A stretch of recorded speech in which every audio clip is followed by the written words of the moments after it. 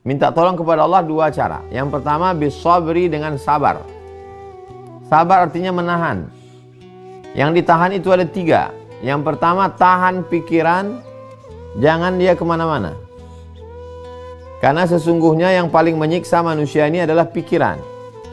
Makanya orang yang tidak ingin berpikir banyak, dia pakai sabu-sabu, dia pakai narkoba, dia hisap ganja. Supaya pikirannya berhenti, stop. How you can stop your mind? Bagaimana engkau memberhentikan pikiran? Dalam Islam pikiran tak boleh berhenti.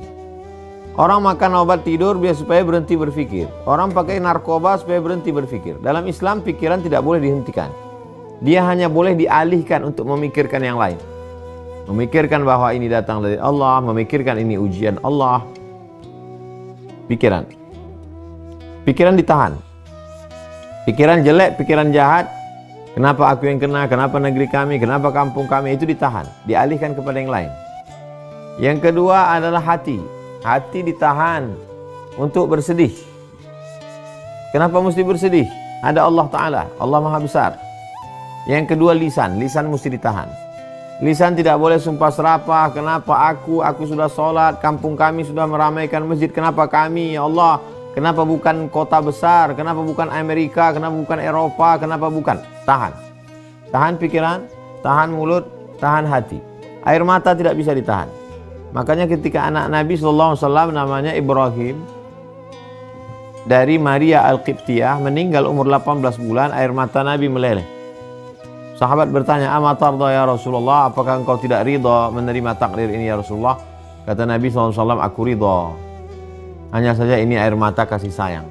Jadi kalau ada saudara kita yang terkena musibah, dia menangis, maka sesungguhnya tangisan itu adalah sesuatu yang tak bisa ditahan.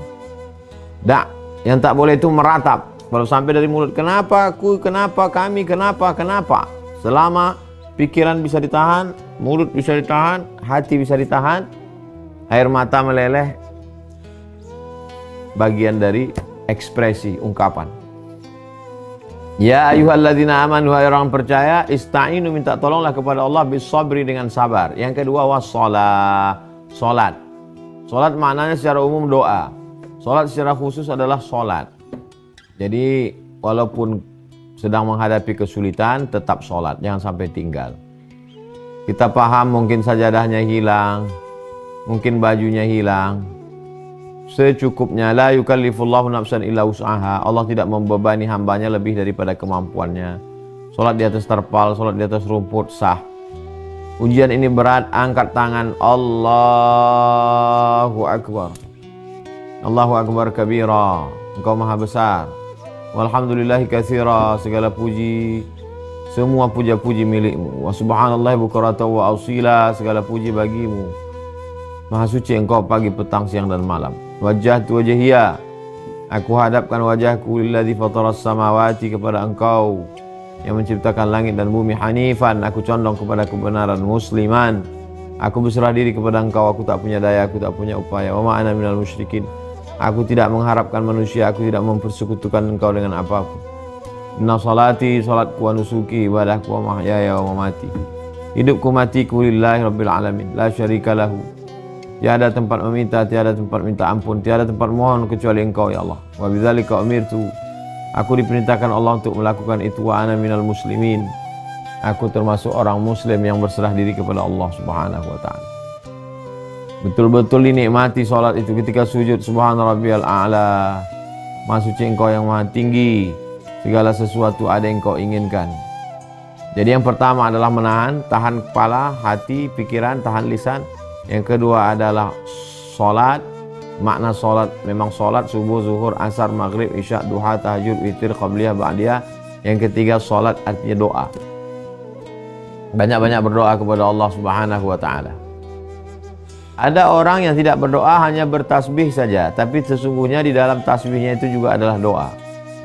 Makanya ketika Nabi Yunus ditelan oleh ikan, dia hanya bertasbih, la ilaha illa anta subhanaka inni kuntu minadh zalimin. La ilaha illa anta subhanaka inni kuntu minadh zalimin. La ilaha illa anta subhanaka inni kuntu minadh zalimin. Fi dhulumat, dalam tiga kegelapan. Gelapnya laut, gelapnya perut ikan, gelapnya tengah malam, dilepaskan Allah Subhanahu wa taala dari ujian itu. Begitu juga kalau kita baca Nabi Ibrahim alaihissalam diuji dengan berbagai macam ujian, meminta kepada Allah. Lalu kemudian kata Allah kepada api, ya nar, wahai api, kuni bardan, jadilah engkau sejuk, wasalaman, selamat, ala Ibrahim, bagi Nabi Ibrahim. Nabi Ibrahim keluar dengan selamat. Begitu juga ketika nabi-nabi yang begitu dalam kesulitan mereka, Allah menguji iman itu al-amsal fal-amsal. Ya Rasulullah, ayun nasi asyaddu balaan. Siapa orang yang paling keras ujian hidupnya? Al-anbiya, para nabi-nabi dan rasul. Al-amsal fal-amsal. Setelah itu di bawah terus. Semakin kuat keimanan, semakin kuat pula ujian. Ujian S1 100 halaman, ujian S2 200, ujian 3 S3 desertasi 300. Semakin tinggi level, semakin berat ujian, semakin tebal, semakin banyak referensi, semakin detail pembahasan. Itu standar manusia. Begitu juga dengan Allah Subhanahu wa ta'ala. Lalu kemudian apa hikmah yang diinginkan Allah di balik semua itu? Di balik semua itu ada ujian yang belum diberikan Allah. Ada orang diuji kakinya untuk ke masjid, lulus. Diuji tangannya untuk bersedekah mengusap kepala anak yatim, lulus. Diuji mulutnya, lisannya untuk membaca Al-Quran malam Jumat, baca tahajud malam surat Al-Kahfi, tiap malam baca surat Yasin, lulus. Diuji kepalanya untuk berfikir, lulus. Diuji telinganya untuk mendengar tausiah, lulus. Tapi ada satu ujian yang belum, ujian kesabaran. Innama yuwaffas sabiruna ajrahum bighairi hisab. Orang yang sabar itu ujiannya berat, diberikan Allah balasannya bighairi hisab. Tidak bisa dihisab, tidak bisa dihitung. Unlimited, tanpa batas. Itulah yang dijanjikan Allah untuk mereka yang sabar. Dalam kitab Ar-Risalah Al-Qushairiyah dikatakan, aku tahu kapan Allah ridha kepadaku. Bagaimana engkau tahu Allah ridha kepadamu? Ketika aku ridha menerima takdir ketetapan Allah. Ketika kita ridha menerimanya, disitulah Allah meridhai kita. Level yang paling tinggi adalah sahabat Nabi yang disebut as-sabiqunal awwalun. Orang-orang yang dulu masuk Islam, minal muhajirin, sahabat Nabi dari kalangan muhajirin yang pindah dari Makkah ke Madinah, wal ansar, orang ansar yang ada di Madinah menolong membantu Rasulullah SAW. Mereka itu kata Allah radhiyallahu anhum, mereka itu diridhai Allah Subhanahu wa taala. Kita setiap subuh berkata minta ridha, raditu billahi rabba wa bil islami dina wa bi Muhammadin nabiyya wa rasula. Tapi belum tentu kita diridhai Allah. Maka ada orang yang diridhai Allah. Siapa itu? Orang yang sabar ketika diuji oleh Allah Subhanahu wa taala. Ketika diuji Allah sabar. Ahasiban nasu ayusraku ayyaqulu amanna? Apakah manusia itu menyangka dia dibiarkan saja begitu saja mengatakan kami beriman? Wa hum la yuftanun, padahal mereka belum diuji. Ketika kita berani mengatakan aku beriman, asyhadu an la ilaha illallah wa asyhadu anna Muhammadar Rasulullah, maka saat itu kita sedang diuji Allah Subhanahu wa ta'ala. Ada sesuatu yang diinginkan Allah.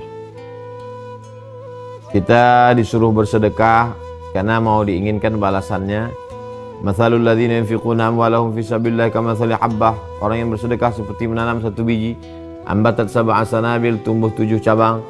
Wa fi kulli sumbulatin mi'atu habbah, dalam satu bulir satu cabang ada 100. Allah suruh kita bangun masjid karena dia mau ngasih. Man bana masjidan bana mithlahu baitan fil jannah. Siapa yang bangun masjid, dibangunkan Allah satu tempat di surga.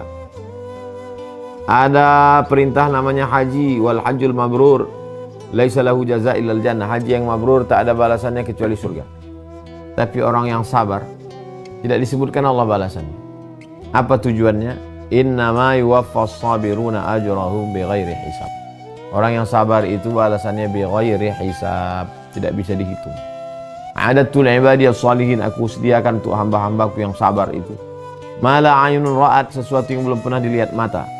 Wala udhunun sami'at, belum pernah didengar telinga. Wala khatara ala qalbi bashar, belum pernah terlintas di hati manusia, belum pernah terlintas terbetik di pikiran. Itulah balasan yang diberikan Allah Subhanahu wa taala.